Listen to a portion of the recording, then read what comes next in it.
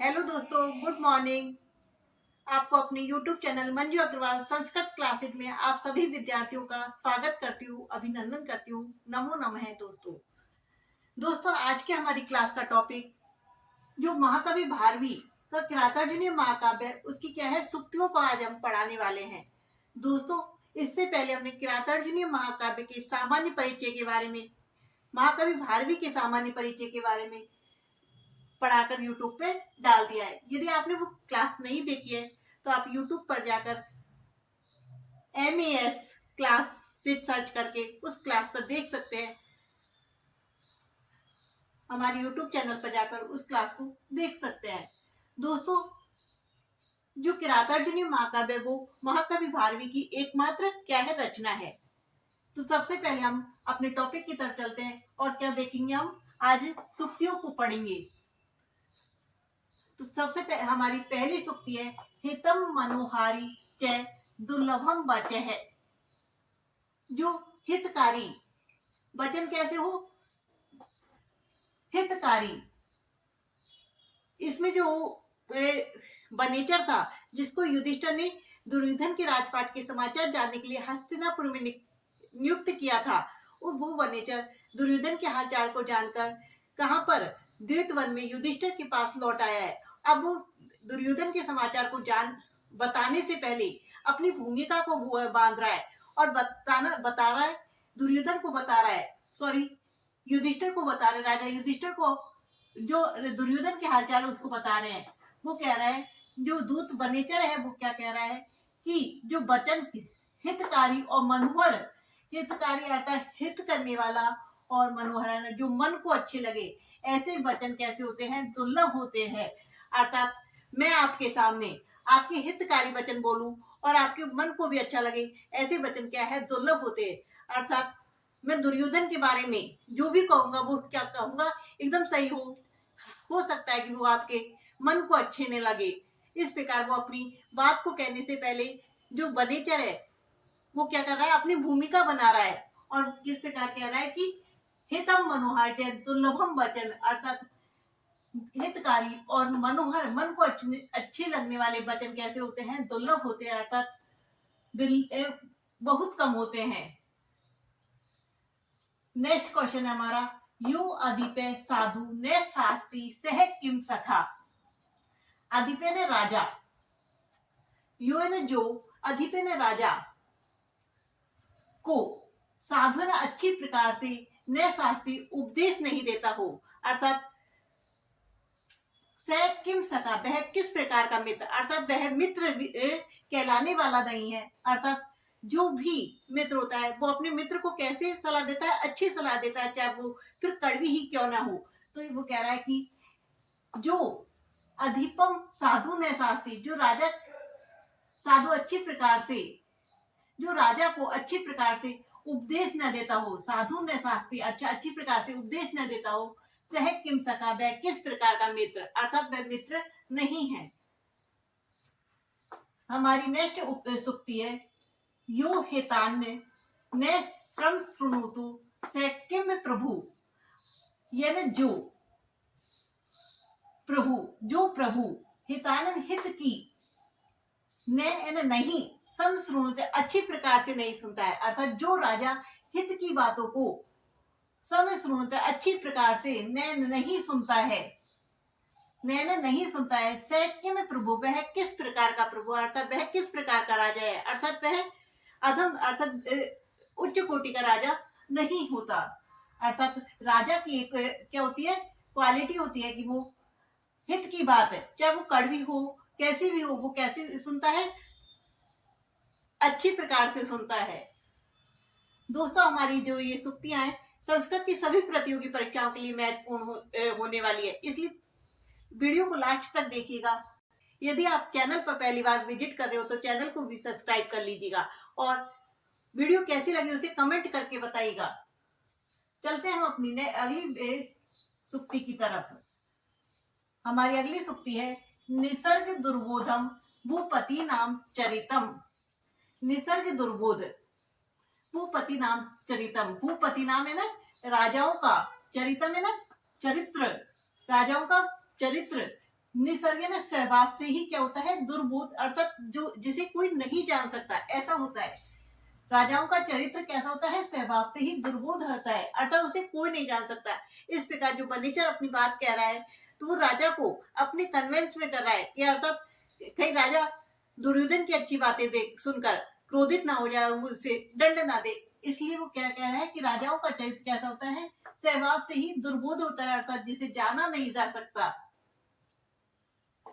अगली सूक्ति हमारी, नृपेषु अमात्येषु च अनुकूलेषु सर्व संपदे रतिम कुर्वते। नृपेषु ने राजाओं, अमात्येषु ने मंत्रियों, राजाओं चैन और नृपेषु ने राजाओं, मंत्री और मंत्रियों की अनुकूलता से सर्व संपत्ति है रतिम कुर्वते, सभी संपत्तियां कैसी होती है, मनोहर होती है। मनोहर कुर्वते ने रति में ना अनुकूल हो, मनोहर हो जाती है, अर्थात राजा और मंत्री यदि अनुकूल हो, दोनों कैसे हो, अनुकूल हो, अर्थात दोनों में कैसा हो, एक मिलन वाला व्यवहार हो, तो सभी संपत्तियां कैसी हो जाती है, मनोहर हो जाती है। अर्थात जब वनीचर कह रहा है कि वहां पर हस्तिनापुर में राजा दुर्योधन और उसके जो मंत्री है वे क्या हो रहे हैं, अनुकूल है, अर्थात एक दूसरे के अनुकूल व्यवहार कर रहे हैं, तो इस प्रकार वहां का जो राजपाट है वह कैसा हो गया है, मनोहर हो गया है। वहां की सभी संपत्तियां कैसी हो गई, मनोहर हो गई है। हमारी नेक्स्ट सूक्ति है, अनार्य संगम माद महात्मा भी विरोधो अपि वरम। अर्थात अनार्य ना जो दुष्ट, आर्य नहीं है, जो आर्य नहीं है अर्थात जो सज्जन नहीं है, अर्थात जो दुष्ट है, तो अनार्य अर्थात दुष्टों की संगम माद अर्थात संगति से, महात्मा भी महात्माओं के साथ, विरोधम अपि अर्थात विरोध भी क्या है, श्रेष्ठ होता है। अर्थात यदि हम दुष्ट व्यक्ति के साथ संगति करते हैं तो उससे ज्यादा अच्छा है कि हम महात्माओं का विरोध कर ले, अर्थात उनकी संगति न करके उनका विरोध भी कर रहे हैं, तो वो भी क्या है, श्रेष्ठ होता है। जबकि दुष्टों की संगति भी क्या होती है, बेकार होती है, अर्थात महात्माओं के साथ विरोध भी क्या होता है, श्रेष्ठ होता है। हमारी नेक्स्ट सूक्ति है, अहो दुरंता बलवद विरोधिता। अर्थात अहो, अरे आश्चर्य की बात है कि बलवत विरोधिता, बलवत है ना बलवानशालियों के साथ विरोध करना भी कैसा होता है, दुरंता है ना दुख देने वाला, अमंगलकारी होता है। कैसा होता है, अमंगलकारी होता है। अर्थात बलवत जो बलवान है, ऐसे लोगों के साथ विरोध करना भी कैसा होता है, दुखदारी होता है, अमंगलकारी होता है। हमारी नेक्स्ट सूक्ति है, सूक्ति कौन सी हमारी, सहसाम विदितम ने क्रियाम अविवेक परम आपदाम परम। अर्थात सहसा अचानक ने क्रियाम विदितम, अर्थात कोई भी कार्य नहीं करना चाहिए, कोई भी कार्य को न विदितम नहीं करना चाहिए, क्योंकि अविवेक परम आपदाम पदम, अर्थात जो अविवेक अर्थात बिना विचार के अविवेक से किया गया जो कार्य होता है वह कैसा होता है, परम आपदा को लाने वाला होता है, अर्थात विपत्तियों में डालने वाला होता है। अर्थात सहसा अचानक कोई भी कार्य को, क्रियान्वयन कार्य को न विदित नहीं करना चाहिए, क्योंकि अविवेक से किया गया कार्य कैसा होता है, परम आपदा को डालने वाला होता है, परम विपत्ति में डालने वाला होता है। ये कह रहा है, एक कौन कह रहा है, ये युधिष्ठिर की पंक्ति है। किसकी पंक्ति है, ये युधिष्ठिर की पंक्ति है।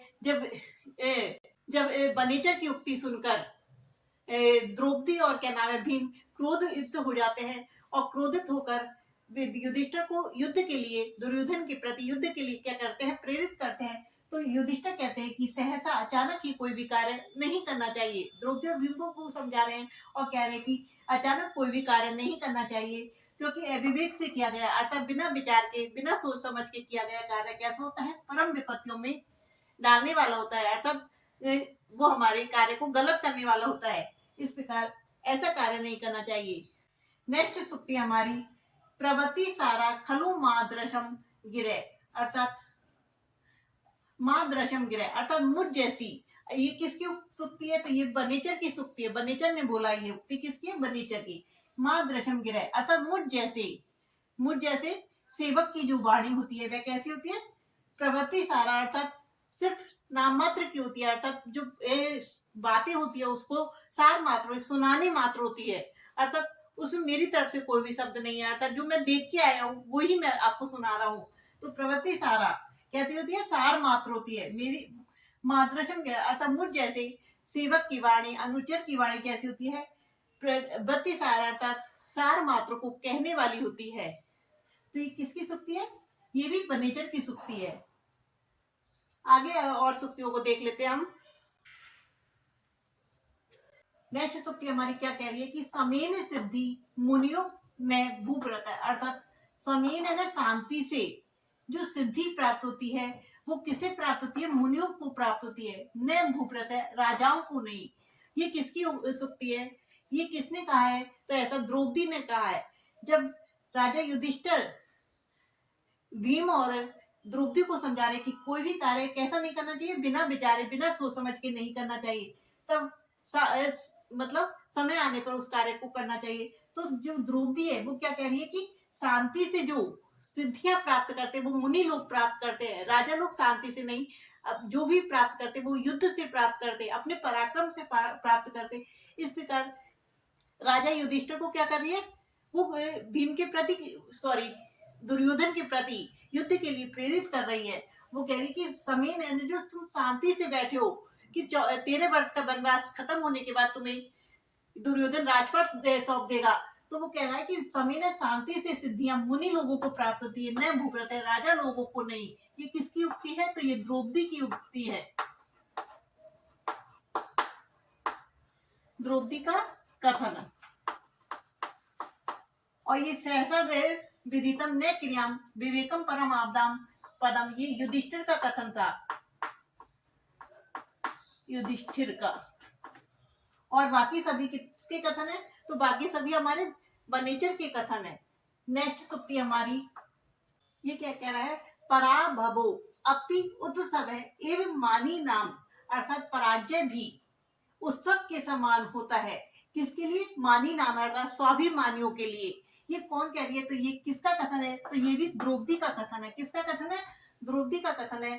द्रौपदी युधिष्ठिर को कह रही है कि यदि आप हार के डर से युद्ध नहीं कर रहे हो तो पराजय भी कैसी होती है? उत्सव के समान होती है।